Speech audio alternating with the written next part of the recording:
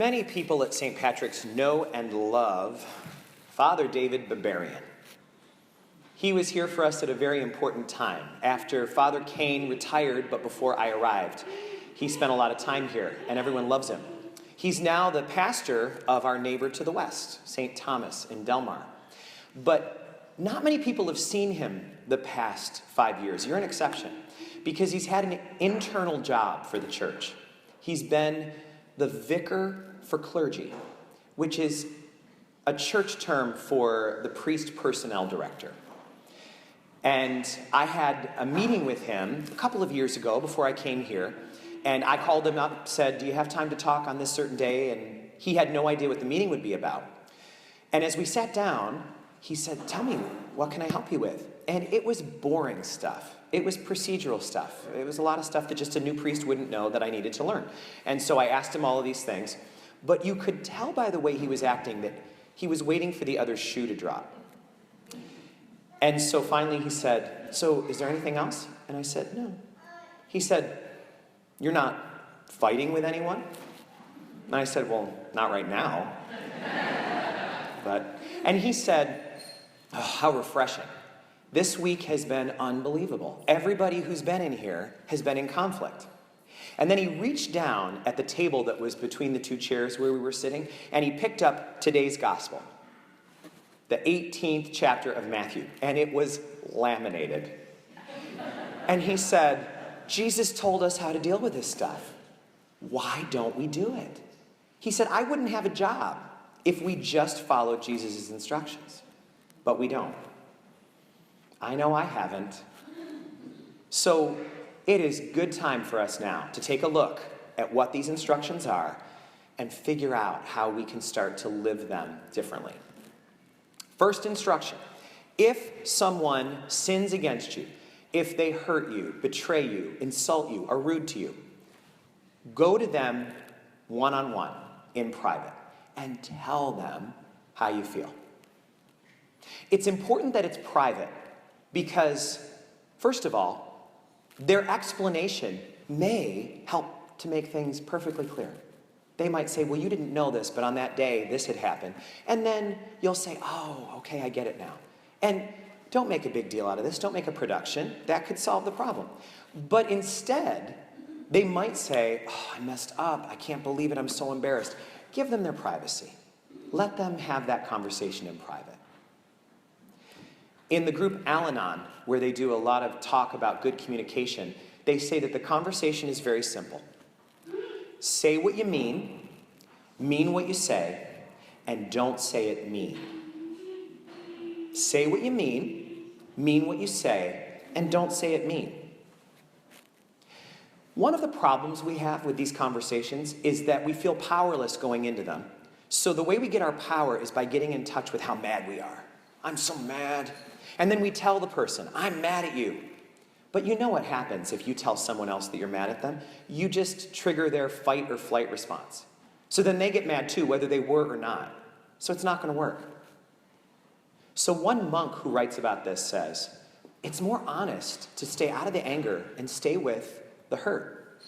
He said, you could say something like this: "I am suffering and I need your help. Something you did or said has hurt me. Can you help explain it to me so that I don't have to feel this way anymore?" That doesn't trigger the fight or flight response the way anger would. Anger might make you feel stronger, but hurt might be a little bit more honest anyway. And at the end of the conversation, things might be better, but they might not. So he gives us a step 2.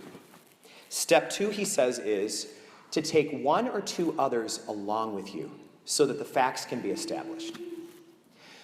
When I read that, I thought, oh, an intervention. I know about that. But I don't think that's necessarily what he's talking about. It doesn't have to mean an intervention where you bring those people with you. Might it mean that you go to 1 or 2 other people that you trust, that can be confidential, that are objective, and say to them, "Can you help me sort this out? This thing happened. How much of this is on their side of the street and how much of it is on my side of the street?" And let them help you sort it out. They need to be objective and confidential. They need to care about us, but care about us enough to tell us the truth and not just tell us what we want to hear. I had an experience of that this summer. I had a conflict. Big surprise. And I wanted to follow these instructions, so I went to the person in private. I probably could have gone in person, but instead I did it in an email, and I tried to follow these rules. I tried to say, listen, this thing happened. I'm feeling this way. I wonder how you feel. I thought I did a pretty good job, but it didn't work. And that made me angrier. So I went to one of my friends who has this role in my life, somebody who really cares about me but will tell me the truth. And I told him the story, and I thought for sure that he would say, that's ridiculous. You shouldn't have to put up with that. But he didn't. He said, I think you messed up. I see it the way the other person sees it. I think you need to not make this worse than it already is. And you know how I felt about that? I felt like he was wrong. I understood my side way more clearly. But it stopped me from making a next move. It drained the venom out of me. Because suddenly what I thought was clear wasn't so clear. So I didn't have the swaggering confidence of someone who was going to say, I've been wronged and everyone's going to pay. Suddenly it became, this is a pretty messy situation. Who knows what's up or down? Maybe it's time to let it go. And that's what I did. So we need to have those people that we can turn to. And maybe they will help us through. But it might not work. So then he gives us step 3. Go to the authorities. Talk to someone who has more power. Now, in the reading, he says, go to the church. But it doesn't have to be the church. Maybe the church has nothing to do with it. It's whoever is the next level up. This is the step where we call the manager or write a letter. This is the step where we make an appointment with the vicar for clergy. But when we do it, this is the time to remember the second reading. Do you remember St. Paul saying to the Romans, you don't owe anybody anything except love. All of us owe one another love. So when we're about to write that letter, complaining about someone, turning them in for bad behavior, might we be able to think about this? How would I like this letter to be written if it were being written about my own daughter or son? If the person who was writing it was complaining about my child, and they were saying things that are true, how would I react if I heard their letter and thought to myself, I know she's got that problem, but she's working on it. That goes back to an old wound. Everybody knows about that. She's doing better. Give her a chance. What if when we go in step 3 to the authorities, we're not out for blood. We just look for a solution. We're just trying to get to the bottom of it. And we show that we know we owe each other love. We don't just go for the jugular. Maybe it'll work. But if it doesn't, he gives us a step 4.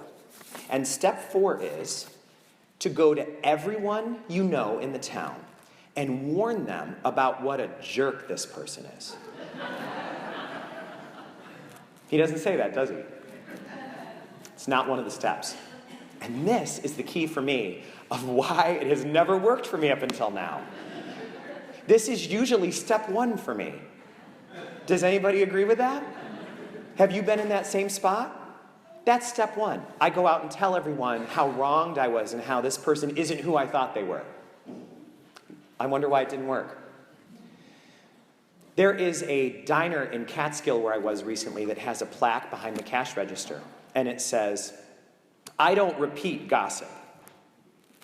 So listen carefully.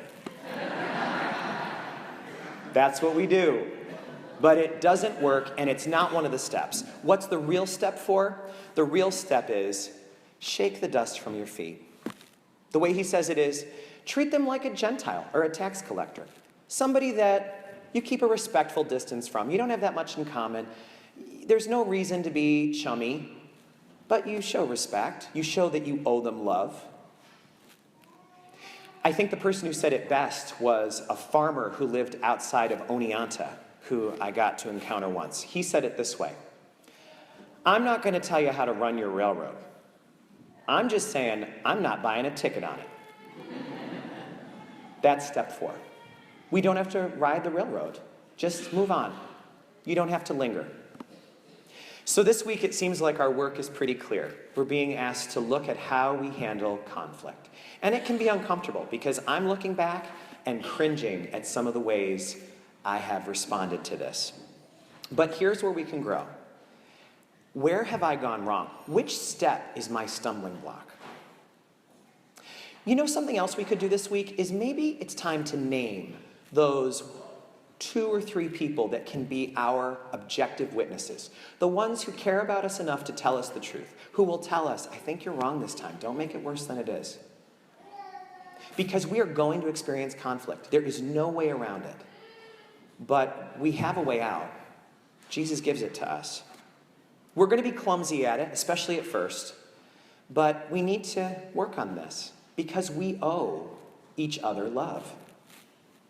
And we owe ourselves freedom.